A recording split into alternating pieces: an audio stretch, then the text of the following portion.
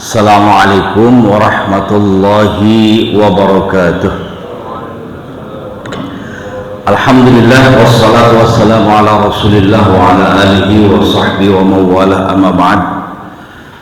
Bapak dan Ibu hadirin rahimakumullah, pertama syukur kita kehadirat Allah. Sampai saat ini kita masih diberikan kepercayaan oleh Allah Subhanahu wa taala. Salawat serta salam selalu kita berdoa mudah-mudahan senantiasa disanjungkan kepada baginda Nabi besar kita Muhammad sallallahu alaihi wasallam. Kita lanjutkan i'tikaf kita sesuai dengan apa yang disabdakan baginda Nabi besar kita Muhammad sallallahu alaihi wasallam. Siapa yang salat subuh berjamaah dilanjut dengan zikir sampai syuruk, maka dia dapat pahala seperti pahala haji dan umrah. Ya, syukran.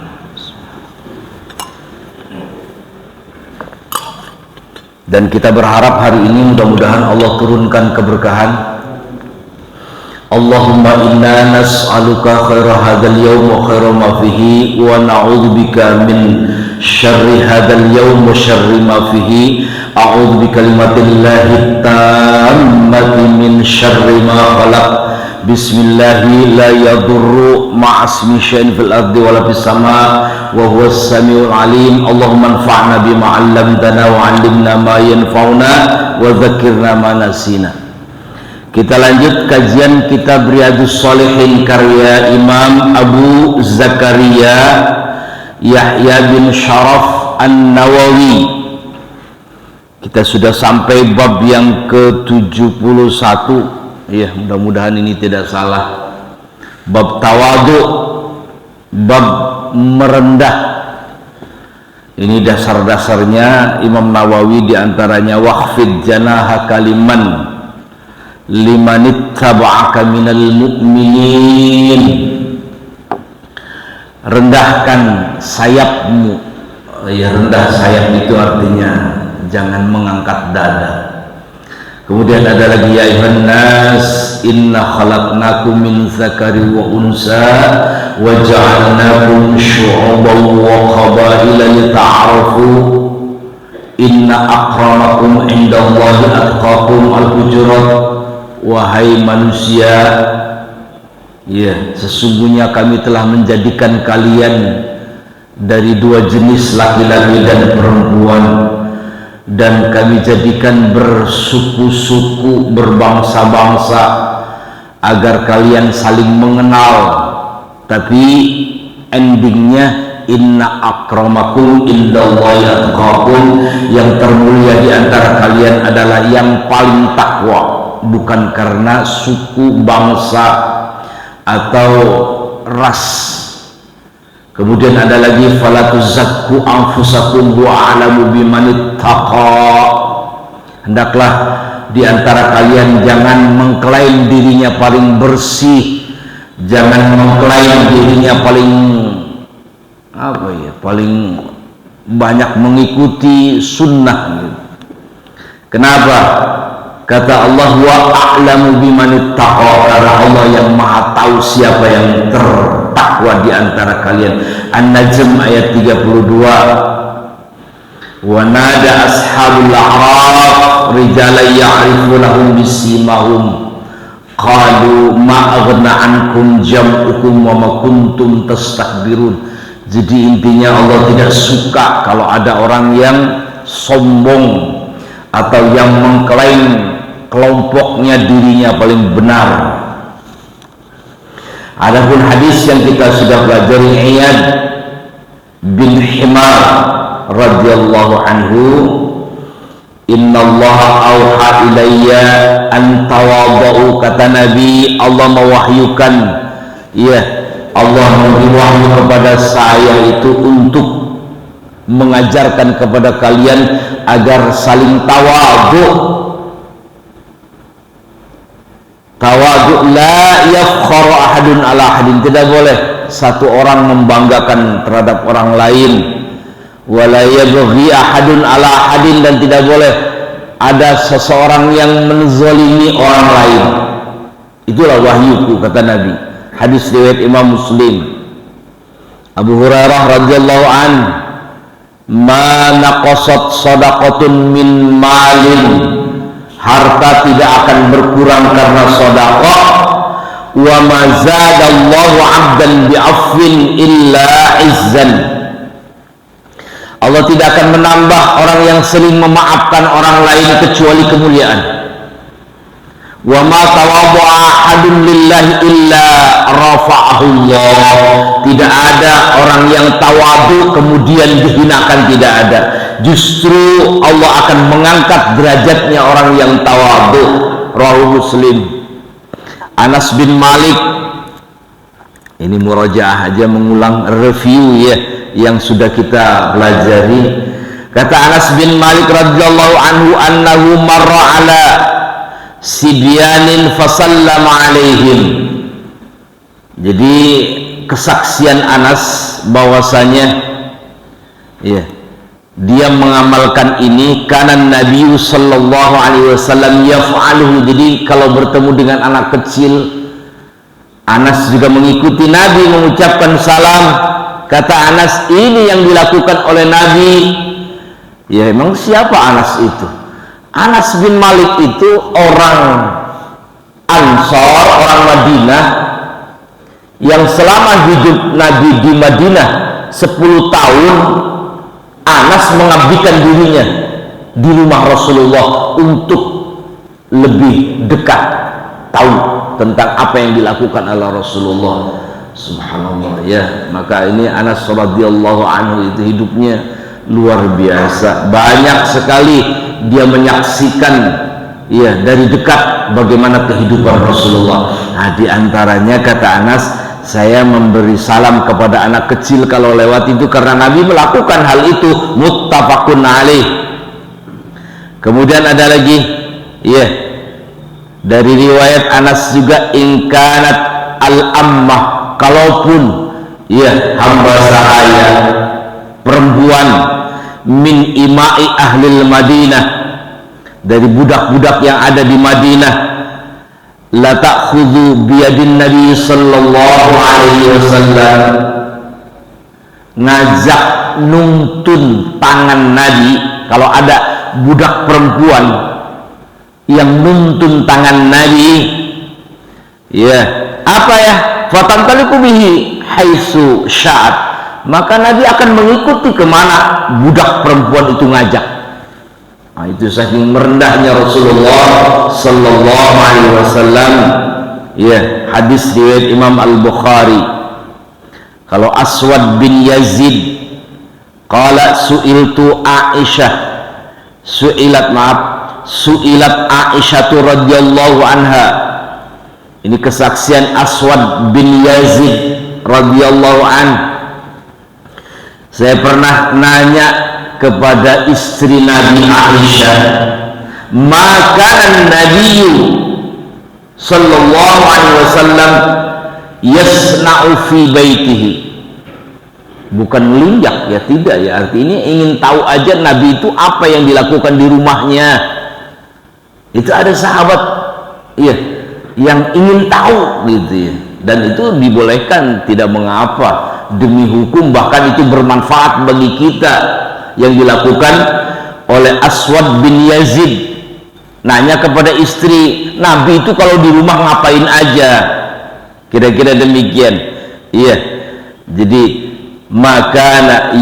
makanan Nabi yasna'u fi baiti, qalat, maka kata istrinya Aisyah radhiyallahu anha, kana yakunu fi mihnati ahli. Rasulullah sallallahu alaihi wasallam adalah sosok suami yang membantu pekerjaan istrinya.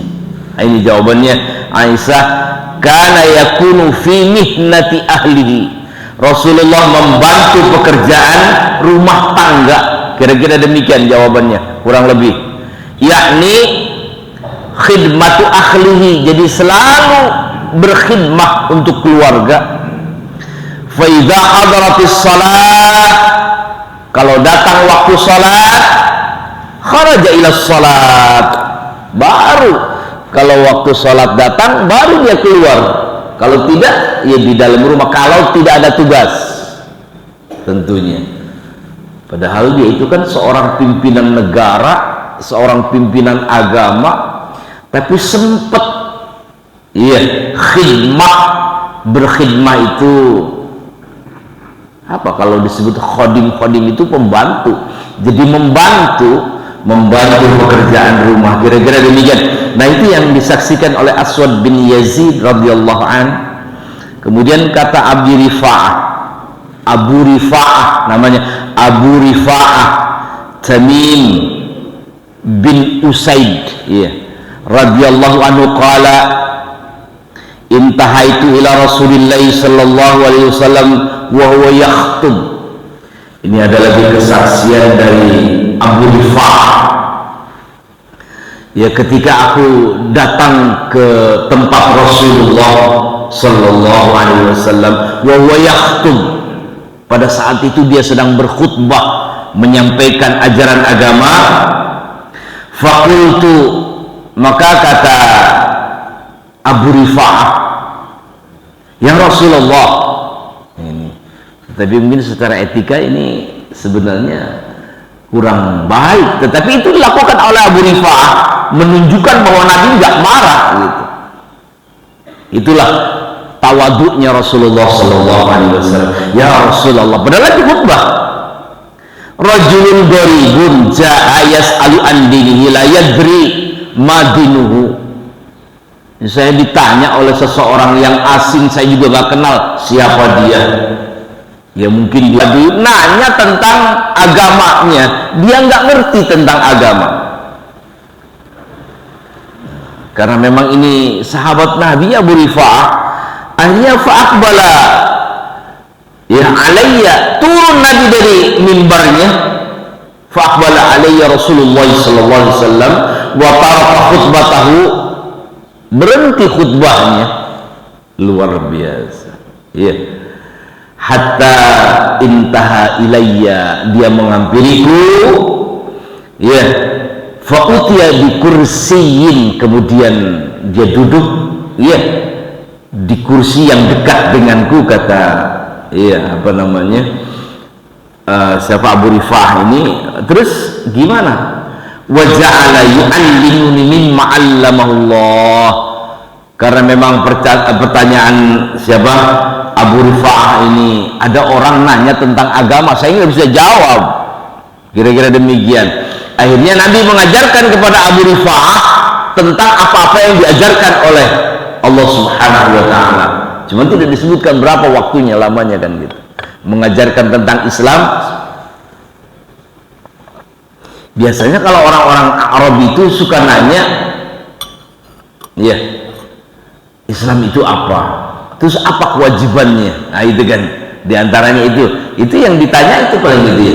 Islam itu apa? Jadi intinya bahwa orang-orang yang dulu hidup bersama Rasulullah itu sedikit tapi meresap begitu. Nah, itulah maka disebut ya sebagai kurun itu, waktu yang terbaik itu adalah waktu sahabat. Jadi tentang Islam itu betul-betul tahu dan menguasai gitu. Iya. Kadang-kadang kita tersindirnya oleh pernyataan Rasulullah. Orang Yahudi itu mengenal Islam seperti ibu mengenali anaknya. Artinya apa? Logikanya, kalau orang Islam mah kagak gitu kan. Kalau orang Islam terhadap agamanya seperti tetangga.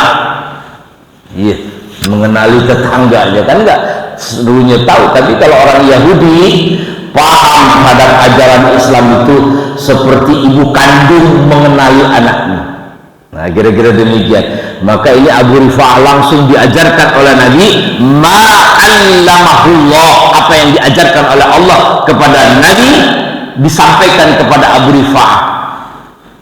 Summa, ya, khutbah tahu, kemudian dia melanjutkan khutbahnya, ya, fa'atamma akhirah, sampai selesai menyampaikan khutbahnya. Tapi terseling oleh pertanyaan saya tadi, rawahu Muslim. Nah, itulah Nabi kita Muhammad sallallahu alaihi wasallam, dan tidak merasa terganggu karena dianggap itu adalah krusial, penting, ya, menyampaikan tentang supaya nggak salah paham. Semua kadang-kadang kita salah paham, ya, dapat ilmu tapi nggak diklarifikasi. Banyak itu ilmu-ilmu yang masuk ke dalam kita tapi tidak diklarifikasi, yang kadang-kadang bertentangan dengan logika. Iya. Sejak kapan Nabi Yusuf dinikahkan dengan Siti Zulaikha, kan gitu. Ini kita kadang-kadang nerima mentahnya aja. Iya, padahal Al-Quran tidak menceritakan tentang hal itu gitu kan. Logikanya menolak, karena Nabi Yusuf itu adalah utusan Tuhan, diberi wanita penggoda kan nggak mungkin. Itu logika kita. Tetapi ya kok bisa masuk ke dalam, iya, relung hati kita bahwa ya sejak kecil kita sudah didoktrin, ya, oleh guru-guru kita itu dulu, bahwa Nabi Yusuf akhirnya dinikahkan oleh Zulaikha, dan bahkan sempat saya juga pernah mendengar dulu Zulaikhanya dibikin perawan lagi oleh Allah. Ya kan itu ngawur, ini kan ngawur, ini cerita-cerita yang semacam ini. Ya akhirnya itu dianut, dijadikan sebuah, bukan prediksi, ya dijadikan sebagai diksi atau juga ilmu. Sehingga ustadz-ustadz kalau di pernikahan itu suka mendoakan mempelai pengantin supaya disatukan seperti Zulaikha dan Yusuf, gitu kan. Ya begitu Pak, benar Pak ya. Tetapi Al-Quran tidak menceritakan, karena ya Zulaikha masih bersuami, statusnya menjadi istri menteri. Lah terus suaminya dikemanain kalau dinikahkan dengan Yusuf? Inilah kita kadang-kadang beragama harus berlogika itu gitu. Ya, maka kadang-kadang kita sering dengar kalau ada orang Islam membicarakan masalah orang tuanya Nabi Muhammad di neraka atau di surga. Lu kok itu aja nanya-nanya tentang itu gitu kan? Nggak usah mikirkan itu kan gitu ya. Ini kita ajaran Islam yang Allah ajarkan kepada Nabi, yang diajarkan kepada Abu Rifa'ah. Itulah tentang Islam, kira-kira demikian ya.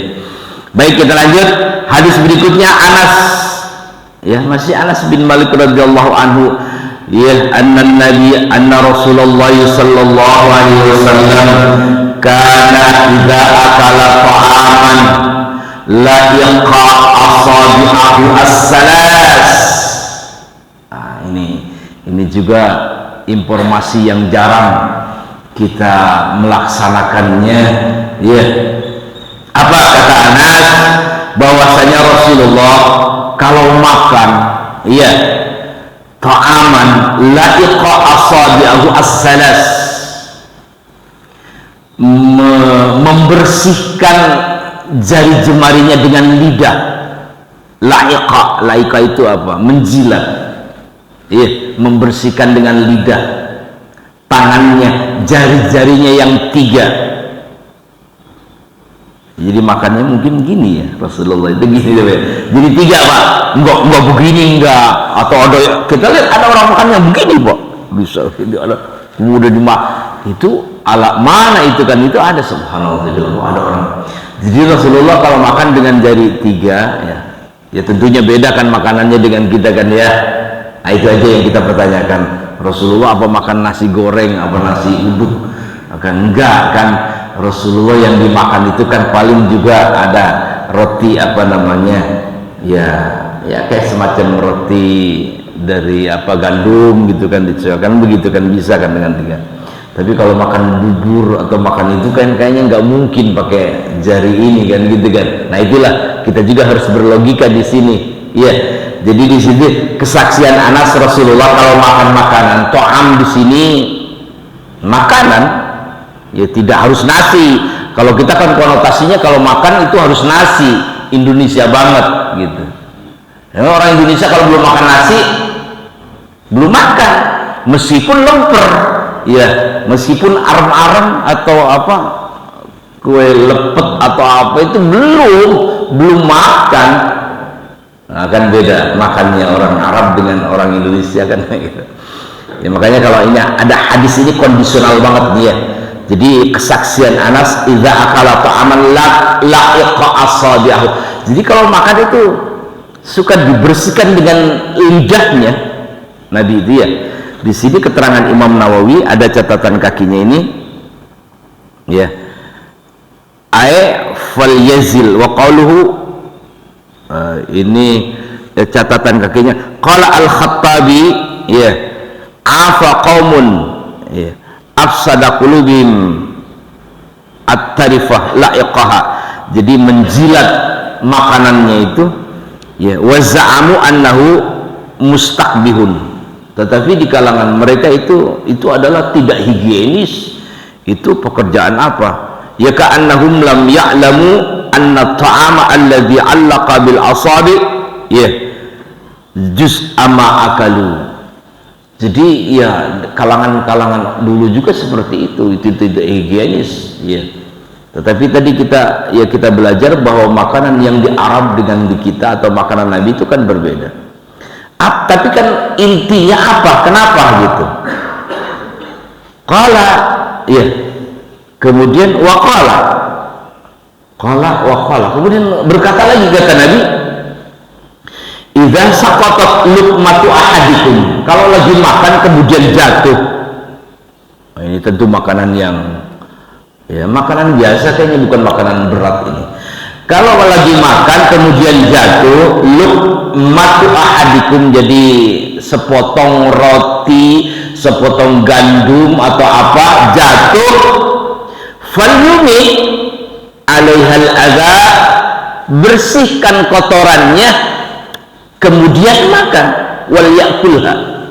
Ini sampai diajarkan tentang makan, sehingga memang Nabi kita Muhammad sallallahu alaihi wasallam ya, innama bu'istu li utammima makarimal akhlak, gitu kan.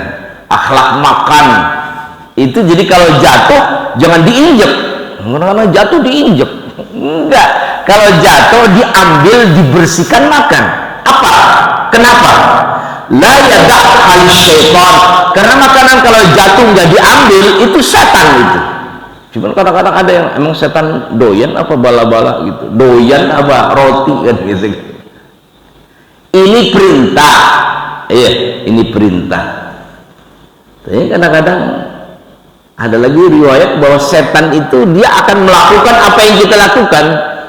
Jadi apa ya?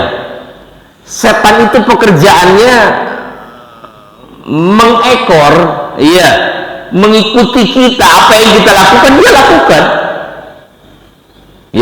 Ya meskipun kita mempunyai bayangan bahwa setan itu kan makhluk yang tercipta dari api.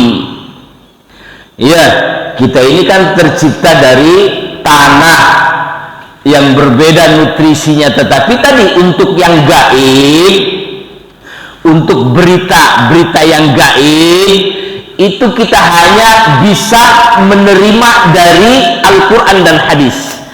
Seperti ini kata Nabi, kalau makan jatuh buru-buru diambil, bersihkan, jangan dibiarkan ya.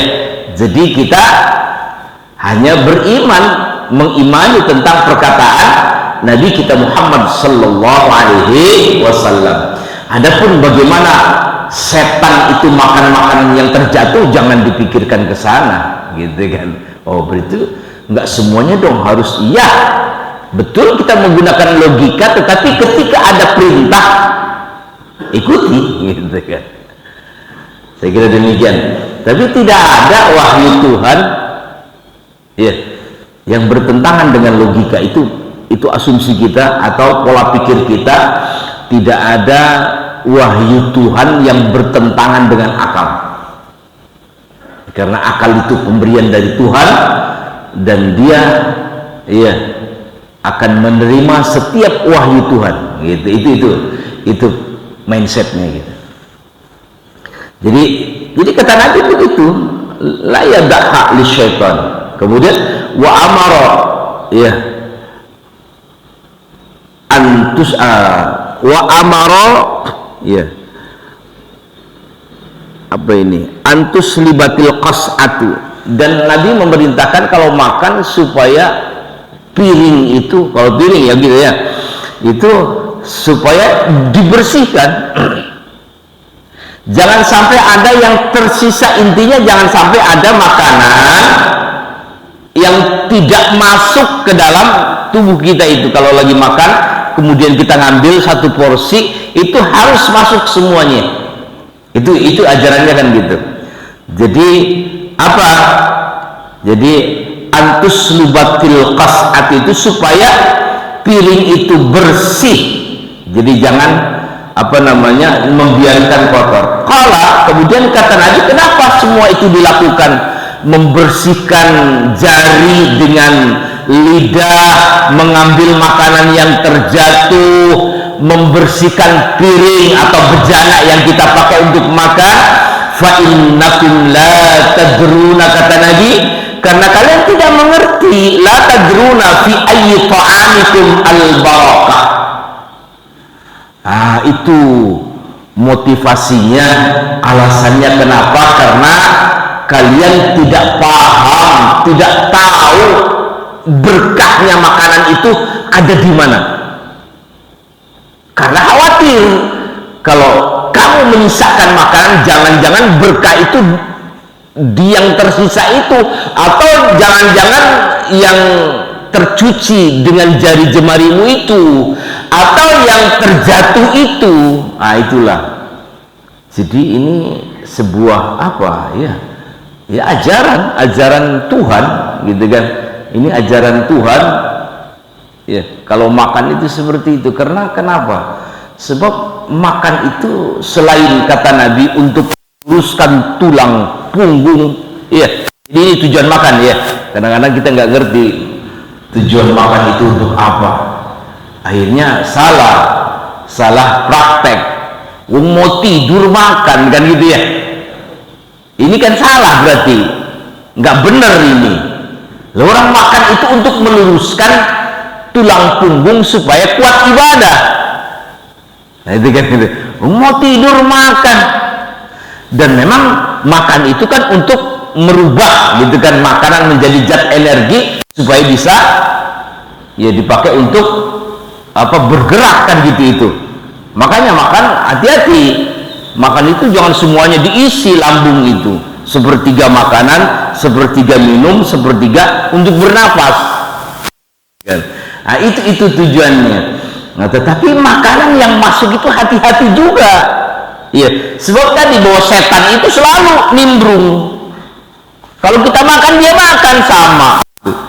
Jangan sampai makanan yang kita makan itu bersama setan juga dimakan, akhirnya tidak berkah. Jadi ada 4 sehat 5 berkah gitu kan. Kalau dulu kita ada 4 sehat 5 sempurna, itu enggak, maksudnya 4 sehat 5 berkah itu maksudnya makanan yang masuk itu harus ada keberkahan. Nah terus berkah itu apa? Berkah itu adalah ziyadatul khair. Contoh kasus, Pak, ketika Nabi kita Muhammad sallallahu alaihi wasallam diminta oleh sahabat untuk memecahkan batu ketika menggali Khandaq ya, itu ketika peperangan dengan orang musyrik, ada namanya perang Khandaq. Khandaq itu artinya parit yang digali atas dasar idenya Salman Al-Farisi dari Iran, dari Farsi gitu kan. Karena Salman ini sahabat Nabi tapi orang Parsi, dia insinyur, Pak. Iya, dia teknokrat gitu kan. Maka kata Salman, gampang untuk mengalahkan musuh, gali aja parit. Tapi ketika menggali parit, bayangkan menggali parit di padang pasir, Pak. Masalahnya bukan di Indonesia mah gampang. Di sana kan batu gitu. Ada batu yang sulit untuk dipecahkan, maka kata sahabat, minta kepada Rasulullah. Rasulullah turun memecahkan batu itu. Tapi ada sahabat yang melihat Nabi kok pucat sekali gitu. Ditanya, ya Rasulullah, apa engkau belum makan? Jawabannya apa? Sudah 3 hari 3 malam ini saya tidak menemukan makanan, meskipun kurma busuk nggak pernah ditemukan. Subhanallah. Ini pemimpin negara, Pak. pemimpin agama, itu kan 3 hari 3 malam tidak menemukan makanan. Coba bayangkan, subhanallah ya, ini pemimpin yang luar biasa ini ya. Akhirnya kata Abu Talha, ya Rasulullah, bagaimana kalau saya undang makan ke rumah? Kata Nabi, ya is okay, boleh kan gitu ya. Tapi Abu Talha nggak ngomong ngundangnya cuma Nabi gitu, enggak. Iya, cuman kata Nabi, tolong sampaikan kepada istrimu, jangan dibuka makanannya sebelum aku datang. Begitu ya. Jadi benar disampaikan kepada istrinya. Nah begitu, iya, kata Abu Talha, ya Rasulullah sudah siap. Nah Rasulullah mengundang seluruh yang menggali parit ke rumah Abu Talha. Abu Talha lari ke istrinya. Ya, wahai istriku, ternyata bukan Nabi aja yang datang, Nabi malah ngajak yang lain. Makanan kita kan hanya untuk Nabi. Apa jawaban istri yang salihah? Ya Ummu Sulaim, Pak, istrinya Abu Talha juga Ummu Sulaim, wanita tersabar sedunia gitu kan. Ya, kata Ummu Sulaim, Pak, dia itu kan Rasul, utusan Tuhan. Dia ngerti, nggak usah risau. Dia tahu apa yang akan terjadi. Subhanallah, iya, Ummu Sulaim. Nggak usah takut bang, dia itu Nabi, dia itu utusan Tuhan. Betul, begitu datang, ya, Nabi membuka tutup makanan itu. Dimakan oleh orang-orang yang menggali. Iya, parit cukup, lebih bahkan. Nah itu namanya berkah, Pak. Sedikit tapi cukup. Iya, makanan satu orang bisa untuk 2 orang. Nah itu yang dinamakan berkah. Maka makanan yang masuk, kata Nabi, itu hati-hati, keberkahannya jangan sampai tercuci dengan tangan atau terjatuh atau nempel di piring, kan gitu ya. Jadi gimana, makanya harus bersih karena takut berkahnya makanan. Nah maka berkah yang masuk ke dalam tubuh kita ya jelas akan bermanfaat ya untuk energi kita ya, tidak mengganggu lambung, tidak mengganggu pankreas, tidak mengganggu ginjal. Kan itu yang jadi masalah. Iya, sekarang ini kan banyak makanan itu ya yang sulit dicerna lah, sehingga pankreas tidak bisa mengurai zat gula atau ginjal tidak bisa berfungsi. Nah itu kan masalah makanan, gitu kan.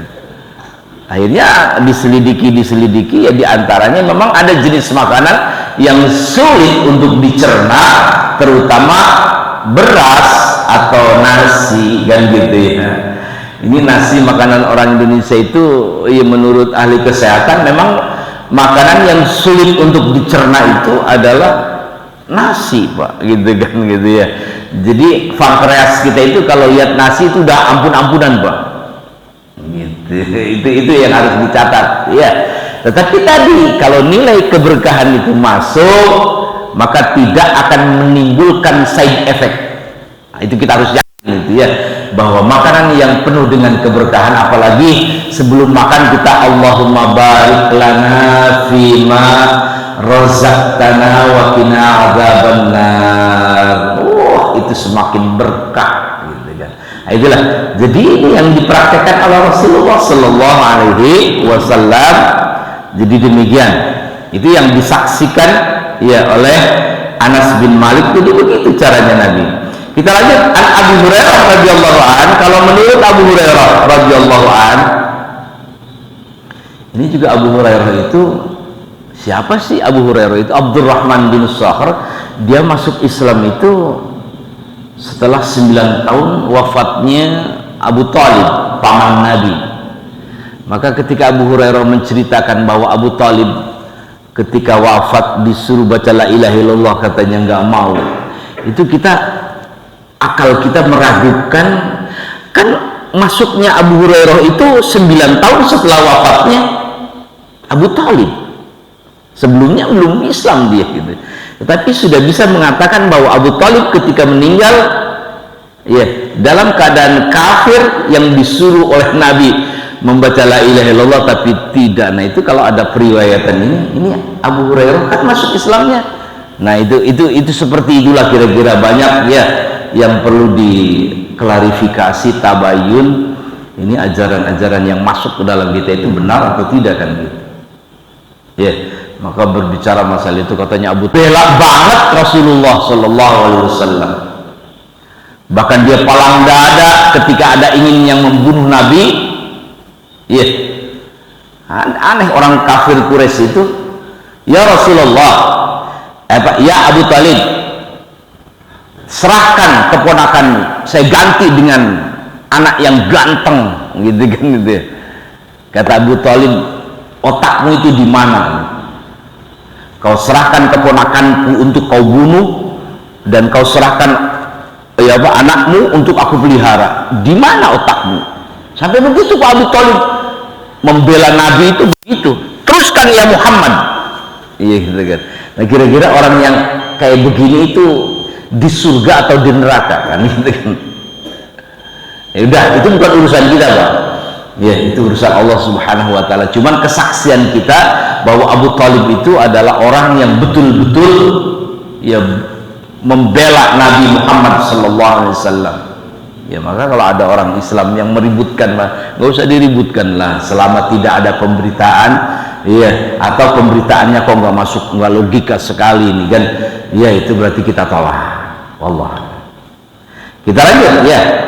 Kalau dalam hal ini ya kita terima kata Abu Hurairah, ma ba'atsallahu nabiyyan illa ra'al ghanam. Allah tidak mengutus seorang nabi kecuali penggembala kambing, ya, gitu kan. Ya, jadi Nabi bersabda, disaksikan oleh Abdurrahman bin Sahar. Jadi Allah tidak mengutus seorang nabi pun, seorang pun tidak ada kecuali dia sebagai penggembala kambing. Qala ashabu, kata Abu Hurairah, sahabat-sahabat yang hadir waktu itu tanya, wa anta itu maksudnya apakah termasuk engkau ya Rasulullah? Qala, maka kata Nabi, faqala na'am kuntu ar'aha ala qararita li ahli Makkah. Qararit, kirat, pahala. Jadi betul ya kata Nabi, na'am, saya dulu sebelum diangkat jadi Rasul itu menggembala kambing diupahi oleh orang Mekah. Jadi Nabi itu penggembala Pak. Ya mungkin secara apa namanya, ada yang mengatakan bahwa seorang pemimpin itu diuji dulu, bisa nggak mimpin kambing gitu kan ya, bisa nggak menjadi penggembala. Nah itu kan latihannya begitu. Jadi tes properti, kalau ada pemimpin daerah ya, atau presiden, kasih dia kambing 100 ekor, bisa nggak dia? Jadi jangan ngurusi manusia dulu, kambing dulu gitu kan. Kalau udah kambing bisa, berarti orang juga bisa gitu. Nah, itulah, itu ada filosofi ya tentang pemimpin. Ya seluruh pemimpin atau nabi yang diutus itu adalah seorang penggembala kambing, termasuk Nabi kita Muhammad sallallahu alaihi wasallam. Na'am, kata Nabi, kuntu ara'aha, ya saya menggembalakan kambing diupahi oleh orang Mekah gitu kata Nabi. Ya jadi apa intinya? Ya sebenarnya Nabi itu orang yang luar biasa ya. Dan memang yang mendidik Nabi bukan orang tuanya, karena orang tuanya meninggal duluan kan. Waktu dalam kandungan Abdullah sudah meninggal, usia 6 tahun ibunya meninggal. Siapa yang mendidik Nabi? Allah langsung yang mendidik Rasulullah SAW. Ya adabani Rabbi ahsan didi, kata Nabi, yang mendidik saya itu langsung Tuhan, dan pendidikannya luar biasa. Nah maka nggak ada keraguan yang mengikuti Rasulullah SAW, karena memang itu adalah contoh manusia yang dididik langsung oleh Tuhan Pak, Nabi kita Muhammad sallallahu alaihi wasallam. Maka ada lagi kata Abu Hurairah, lau du'itu ila qura'in wazira. Ya kata Abu Hurairah, Nabi pernah mengatakan, kalau aku diundang makan, kemudian dikasih betis kambing atau betis onta atau pahanya, saya akan makan, gitu kan. Maksudnya apa? Jadi kalau saya diundang makan, meskipun makanannya sederhana, enggak bagian yang Nabi itu suka, ya, kaki bagian depan yang kanan, sampil ini ya. Itulah kesenangan Rasulullah kalau kambing atau unta itu sampil apa, kaki depan yang paling kanan, itu yang disukai oleh Rasulullah SAW. Iya, tapi ya makannya nggak berlebihan lah. Iya, nggak berlebihannya orang Arab itu Pak. Satu kambing kadang-kadang satu ekor itu habis Pak. Ya, cuman kan nggak dicampur dengan nasi, masalahnya itu. Kalau kita itu suka keliru, ya, makan apa, protein hewani tapi dicampur dengan karbohidrat, itu kalau menurut ya ahli katanya nggak boleh, gitu kan. Makanya itu yang menyebabkan kolesterol atau menyebabkan apa namanya ya penyakit itu, karena dicampur dengan karbohidrat, gitu. Jadi kalau mau makan kambing aja kan, gitu, nggak usah dicampur pakai karbohidrat, maka satu ekor cukup untuk satu orang, gitu. Itu orang Arab kalau makan. Bahkan saya pernah ketemu dengan orang Irak ya waktu itu, di ngobrol itu. Jadi restoran baru buka, kami 10 orang ini dalam keadaan safar itu ya. Begitu buka restoran satu, habis Pak, satu restoran 9 orang. Makanya ketika kita disuguhi itu ya, kita dijamu makan mutobak itu Pak, ya, martabak yang sebesar nampan itu, kita kena habis, paling juga seperempatnya kita Pak ya. Indonesia Shagir, ya, apa, orang Indonesia itu makannya sedikit sekali katanya, gitu. Pantas istrinya cuma satu katanya. Subhanallah, itu saya waktu itu, ya Allah, ini orang Arab itu. Jadi itu kalau dia habis Pak, satu nampan itu habis sendirian. Nah, itu makanya di sini ya, itu mungkin hadis itu kondisional sekali. Jadi artinya bahwa Nabi kita Muhammad SAW kalau dihidangkan paha atau betis binatang, ya, kambing atau itu, dia terima itu. Ya, lajatu walau udia ilayya jira, kalaupun ada yang menghadiahkan aku betis kakinya gitulah, tulang talengnya, saya terima. Itulah Nabi kita Muhammad sallallahu alaihi wasallam. Maka ketika Sayyidina Umar menolak pemberian ghanimah, jadi ada ghanimah itu harta rampasan dari orang kafir melalui peperangan, itu namanya ghanimah. Kalau tidak melalui peperangan, ya kayak semacam apa ya, baksis atau al-fai itu adalah harta yang diambil dari orang kafir, ya mungkin karena dia tinggal di negara Islam, dia harus membayar upeti. Nah, itu namanya fai. Jadi ada fai, ada ghanimah. Apa kalau kata orang LSM apa itu apa namanya? Jatah gitu kan ya, atau komisi lah gitu, kira-kira demikian. Ya, jadi memang harus orang kafir bayar gitu. Nah, Sayyidina Umar dikasih, kata Sayyidina Umar, ya Rasulullah, tolong berikan kepada orang yang membutuhkan. Apa? Marah Rasulullah, marah. Ya Umar, khud fatamawal, ambil dan jadikan milikmu. Kalau sudah menjadi milikmu, terserah engkau mau makan atau mau sedekahkan. Nah, gitu. Itu cara, itu diajarkan oleh Nabi. Kalau ada orang memberi, jangan ditolak, terima. Iya. Kalau memang kita membutuhkan, silakan ambil. Kalau tidak, sedekahkan. Jangan menyakiti orang yang memberi. Itu ajaran luar biasa juga ya. Nah, inilah. Maka Rasulullah kalau dikasih betis kaki pun saya terima, kata Nabi, ya tidak akan menolak. Dan yang terakhir, Anas bin Malik juga radhiyallahu anhu, kanat naqatu Rasulullah sallallahu alaihi wasallam al-adba. Jadi Rasulullah punya naqah. Naqah itu kan kita kenal dengan untanya Nabi apa? Nabi Yahya ya. Jadi nakoh itu unta yang untuk balap, Pak. Gitu kan, nakoh. Nah itu ada namanya adba. Nabi punya unta merah, Pak. Unta merah itu kalau sekarang apa? Mobil apa yang bagus itu pala ya? Ya bukan Rolls Royce atau apa namanya? Anak kecil mah tahu itu kan. Anak saya itu tahu pengen mobil yang mewah itu, Pak, yang sporty itu kan itu. Kira-kira unta merah itulah, Pak. Ya mobil terkenal. Nah Nabi punya itu, Pak. Kalau balap menang terus, Pak. Gitu kan, namanya adba. La tusbaku aulataka ditusbak. Kalau lo dilombakan nggak pernah kalah, gitu kan. Nah berarti di sini ada Nabi itu suka ikut lomba juga, Pak. Lomba ketangkasan boleh ya. Makanya kemarin ada yang nanya kalau lomba ya burung itu boleh nggak? Boleh.